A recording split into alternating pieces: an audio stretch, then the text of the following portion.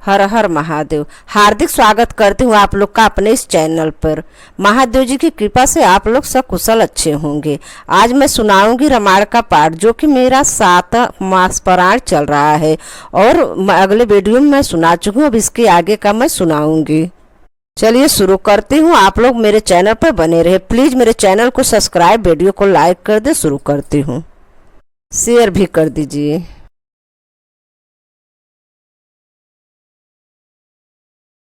जहाँ से मैं ख़त्म की थी उसी दोहा के अर्थ से मैं शुरू कर रही हूँ। बाग के बीचों बीच सुहावना सरोवर सुशोभित है, जिसमें मड़ियों की सीढ़ियाँ विचित्र ढंग से बनी है। उसका जल निर्मल है, जिसमें अनेक रंगों के कमल खिले हुए हैं। जल के पक्षी कलरव कर रहे हैं और भ्रमर गुंजार कर रहे हैं। बाग और सरोवर को देखकर प्रभु श्री रामचंद्र जी भाई लक्ष्मण सहित हर्षित हुए। वो यह बाग वास्तव में परम रमणीय है, जो कि जगत को सुख देने वाले श्री रामचंद्र जी को सुख दे रहे हैं। चारों ओर दृष्टि डालकर और मलियों से पूछकर वे प्रसन्न मन से पत्र पुष्प लेने लगे। और उसी समय सीता जी वहाँ आई। माता ने उन्हें गिरजा पार्वती जी की पूजा करने के लिए भेजा था। साथ में सब सुंदरी और सयानी सखियां हैं, जो कि मनोहर वाणी से गीत गा रही हैं। सरोवर के पास गिरजा जी का मंदिर सुशोभित है, जिसका वर्णन नहीं किया जा सकता। देखकर मन मोहित हो जाता है। सखियों सहित सरोवर में स्नान करके सीता जी मन प्रसन्न मन से गिरजा जी का मंदिर में गई। उन्होंने बड़े प्रेम से पूजा की और अपने योग्य सुंदर वर मांगा। एक सखी सीता जी को साथ छोड़कर फुलवाड़ी देखने चली गई। उसने जाकर दोनों भाइयों को देखा और प्रेम में विह्वल होकर वह सीता जी के पास आई। सखियों ने उसकी दशा देखी। उसके शरीर पुलकित और नेत्रों में जल भरा है। सब कोमलबाड़ी से पूछने लगी कि अपनी प्रसन्नता का कारण बता। उसने कहा, 2 राजकुमार बाग देखने आए हैं। किशोर अवस्था है और सब प्रकार से सुंदर हैं। वे सावले और गोरे रंग के हैं। उनके सौंदर्य को तो मैं कैसे बखान करूं। कहीं बाड़ी बिना नेत्र की और नेत्रों की बाड़ी नहीं है। यह सुनकर सीता जी के हृदय में बड़ी उत्कंठा जानकर उस सब सयानी सखियां प्रसन्न हुई।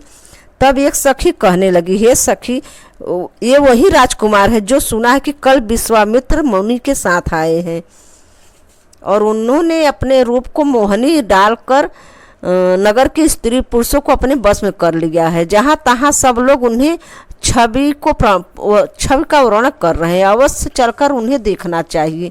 ऐसे योग्य ही देखने योग्य हैं। उन्हें देखना चाहिए, वे देखने योग्य हैं।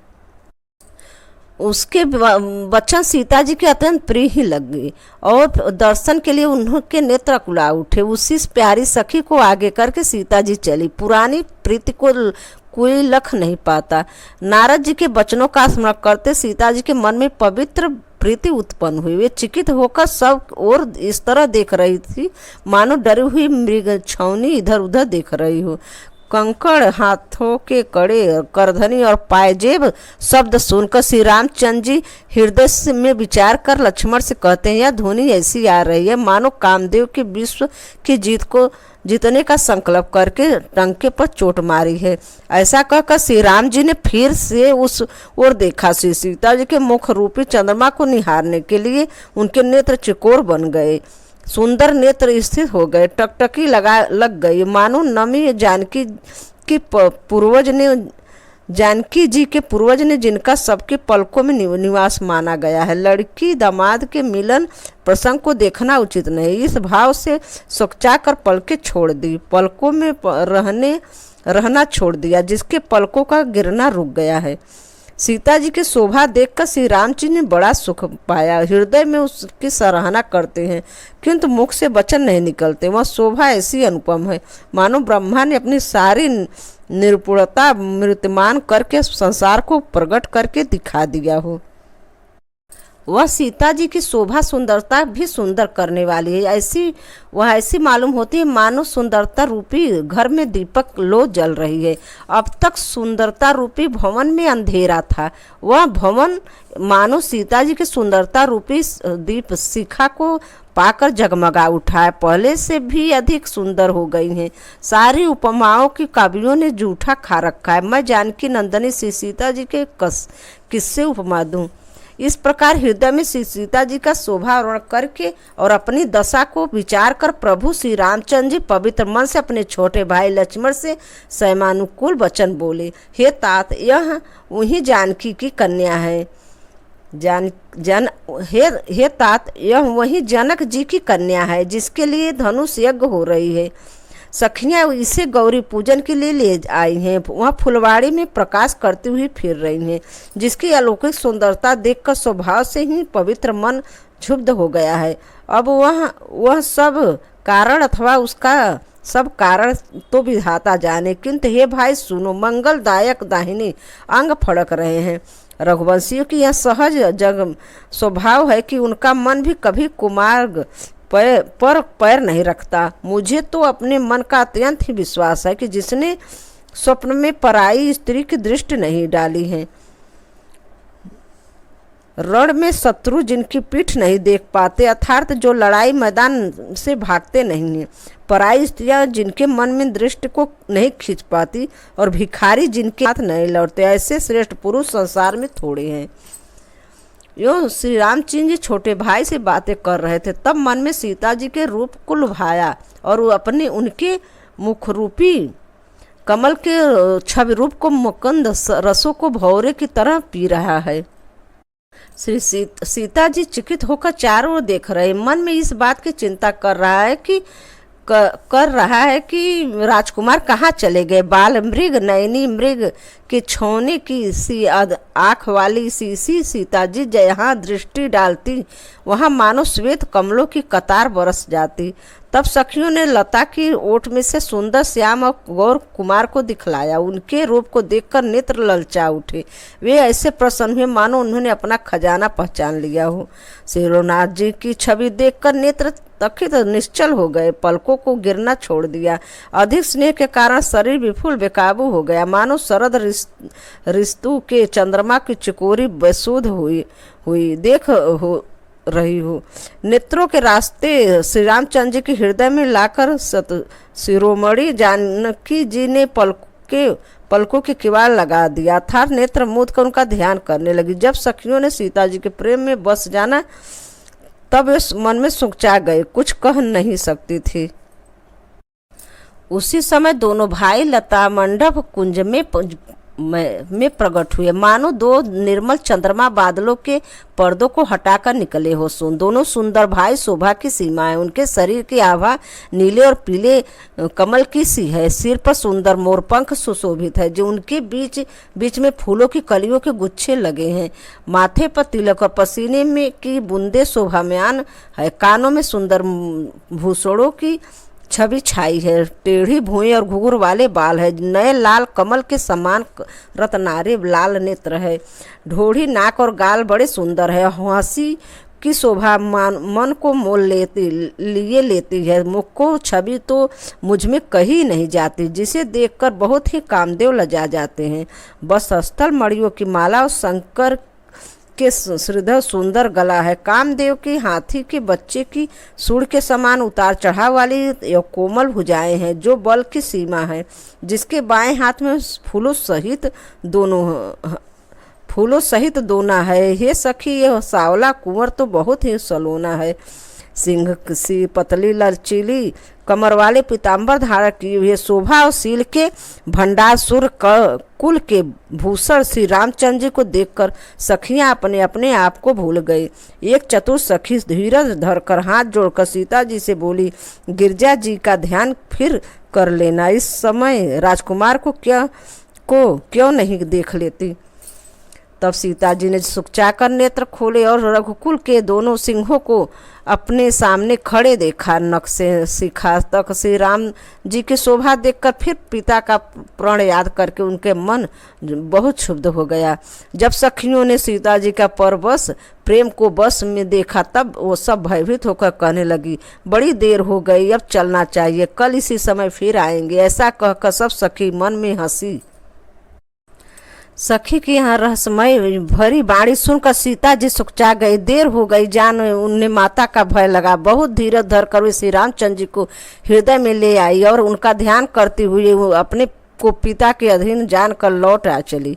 मृग पक्षी और वृक्षों को देखने के बहाने से सीता जी बार बार घूम जाती और श्री रामचंद्र जी की छवि देख देख कर उनका प्रेम कम नहीं बढ़ रहा, प्रेम कम नहीं बढ़ रहा है, अर्थात बहुत ही बढ़ता बढ़ता जाता है। शिव जी की धनुष को कठोर जानकर वे विसूरती मन में विलाप करती हुई हृदय से श्री राम जी की सांवली मूर्ति को रख कर चली। शिव जी के धनुष की चली असमर्थ आने से उन्हें चिंता थी कि वे सुकुमार रघुनाथ जी जैसे कैसे तोड़ेंगे। पिता के प्रण को स्मृति से उनके हृदय में क्षोभ था, इसलिए उन मन में विलाप करने लगी। प्रेम बस स्वर्ग की विस्मृति हो जाने से ऐसा हुआ कि फिर भगवान के बल का स्मरण आते ही हर्षित हो गई और सावली छवि को हृदय में धारा करके चली। प्रभु श्री रामचंद्र ने जब सुख स्नेह शोभा और गुणों को खान से जानकी जी को जाती हुई जाना, तब परम प्रेम की कोमल स्याही बनाकर उनके स्वरूप को अपने सुंदर चित्ररूपी भीत पर चित्र कर दिया। सीता जी ने पुनः भवानी जी के मंदिर गई और उनके चरणों में वंदना करके हाथ जोड़कर बोली, हे श्रेष्ठ पर्वतों के राजा हिमालय की पुत्री पार्वती, आपकी जय हो जय हो। हे महादेव जी की मुख रूपी चंद्रमा की और एक टकटकी लगाकर देखने वाली चकोरी, आपकी जय हो। हे हाथी के मुख वाले गणेश जी और 6 मुख वाले स्वामी कार्तिकेय जी माता, हे जगजननी, हे बिजली की किसी कांतियुक्त शरीर वाली, आपकी जय हो। आपका न आदि है, न मध्य और न अंत है, आपके असीम प्रभाव के वेद भी नहीं जानते। आप संसार उत्पन्न पालन और नाश करने वाली हैं, विश्व मोहित करने वाली और स्वतंत्र रूप से विहार करने वाली हैं। पति को इष्ट देव मानने वाली श्रेष्ठ नारियों में हे माता आपकी प्रथम गणना है। आपकी अपार महिमा की हजारों सरस्वती और शेष भी नहीं कह सकते। हे भक्तों की मुँह मांगा वर देने वाली, हे त्रिपुर के शत्रु विजय शिव जी की प्रिय पत्नी, आपकी सेवा करने से चारों फल सुलभ हो जाते हैं। हे देवी, आपके चरण कमलों की पूजा करके देवता मनुष्य और मुनि सभी सुखी हो जाते हैं। मेरे मनोरथ को आप भली भांति जानती हैं, क्योंकि आप सदा सबके हृदय रूपी नगरी में निवास करती हैं। इसी कारण मैंने आपको प्रकट नहीं किया। ऐसा कहकर जानकी जी ने उनके चरण पकड़ लिए। गिरिजा जी की सीता जी के विनय और प्रेम के बस में हो गई। उनके गले का माला घिसक पड़ी और मूर्ति मुस्कुराई। सीता जी ने आदर पूर्वक उस प्रसाद माला को सिर पर धारण कर गौरी जी का हृदय हर्ष से भर गया और बोली, हे सीता, हमारी सच्ची असीम सुनो, तुम्हारी मन कामना पूरी होगी। नारद जी का वचन सदा पवित्र और संशय भ्रम और आदि दोषों से रहित है और सत्य है। जिसमें तुम्हारा मन अनुरक्त हो गया है वही वर तुमको मिलेगा। तुम में तुम्हारा मन अनुरक्त हो गया है, वही स्वभाव से ही सुंदर सावला वर श्री रामचंद्र जी तुमको मिलेंगे। वह दया का खजाना और सुजान स्वरज्ञ तुम्हारे शील और स्नेह को जानता है।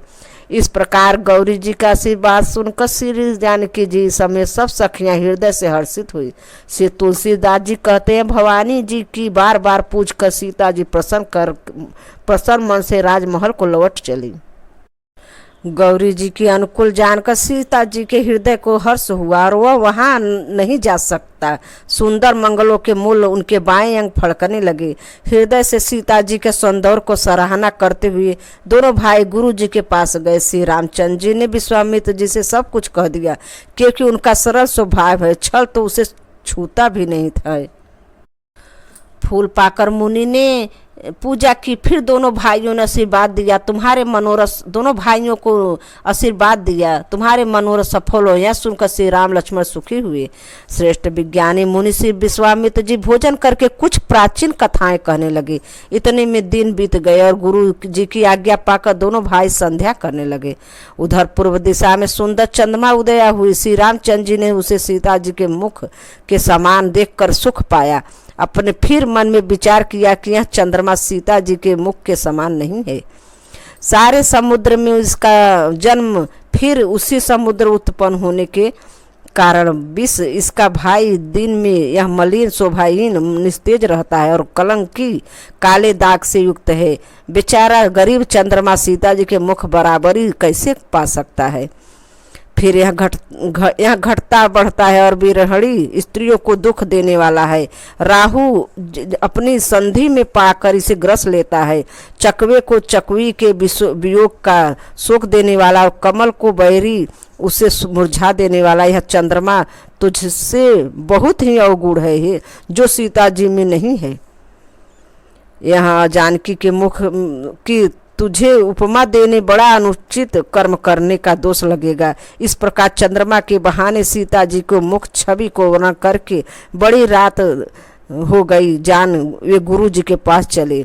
मुनि के चरण कमलों में प्रणाम करके आज्ञा पाकर उन्होंने विश्राम किया। रात बीतने पर श्री रघुनाथ जी जागे और भाई को देखकर ऐसा कहने लगे, हे तात, देखो कमल चक्रवाग और समस्त संसार को सुख देने वाला अरुणोदय हुआ है। लक्ष्मण जी दोनों हाथ जोड़कर प्रभु के प्रभाव को सूचित करने वाला कोमल वाणी में बोले, अरुणोदय होने से कुमुदनी सुख चा गई और तारा गणों का प्रकाश फीका पड़ गया। जिस प्रकार आपका आना सुनकर सब राजा बलहीन हो गए। जब सब राजा रूपी तारे उजाला और मंद प्रकाश करते हैं, वे धनुष रूपी महान अंधकार को हटा नहीं सकते। रात्रि का अंत होने से जैसे कमल, चकवे, भौरे और नाना प्रकार के पक्षी हर्षित हो रहे हैं, वैसे ही प्रभु आपके सब भक्त धनुष टूटने पर सुखी होंगे। सूर्योदय हुआ, बिना ही परिश्रम अंधकार नष्ट हो गया, तारे छिप गए, संसार में तेज प्रकाश हो गया। हे रघुनाथ जी, सूर्य ने अपने उदय के बहाने सब राजाओं को प्रभु आपका प्रताप दिखलाया। आपकी भुजाओं के बल की महिमा को उद्घाटित करके खोल कर दिखाने के लिए ही धनुष तोड़ने का यह युद्ध पद्धति प्रकट हुई है। भाई के वचन सुनकर प्रभु मुस्काए। फिर स्वभाव से ही पवित्र श्री रामचंद्र ने शौच से निर्मित होकर स्नान किया और नित्य कर्म करके वे गुरु जी के पास आए। आकर उन्होंने गुरु जी को सुंदर चरण कमलों में सिर नवाया। तब जानकी जी ने शब्दानंद जी को बुलाया और उन्हें तुरंत ही विश्वामित्र मुनि के पास भेजा। उन्होंने आकर जानकी जी की विनती सुनाई। विश्वामित्र जी ने हर्षित होकर दोनों भाइयों को बुलाया। सत्तानंद जी के चरणों की वंदना करके प्रभु श्री रामचंद्र जी गुरु जी के पास जा बैठे। तब मुनि ने कहा, हे तात, चलो, जानकी जी ने बुला भेजा है। सत्तानंद जी तब जानकी जी ने सत्तानंद जी को बुलाया और उन्हें तुरंत विश्वामित्र जी मुनि के पास भेजा। उन्होंने आकर जानकी जी की विनती सुनाई। विश्वामित्र ने हर्षित होकर दोनों भाइयों को बुलाया। सत्तानंद जी के चरण कमलों की वंदना करके प्रभु श्री रामचंद्र जी गुरु जी के पास जा बैठे। तब मुनि ने कहा, हे तात, चलो, जानकी जी ने बुला भेजा है। अब यहीं पे 7 पुराण विश्राम समाप्त हुआ। अब अगले वीडियो में मास पुराण 8वां विश्राम सुनाऊंगी। रखती हूँ, धन्यवाद। बोलो सिया रामचंद्र की जय, हनुमान जी की जय, शंकर गौरा पार्वती माता की जय, शिव परिवार की जय।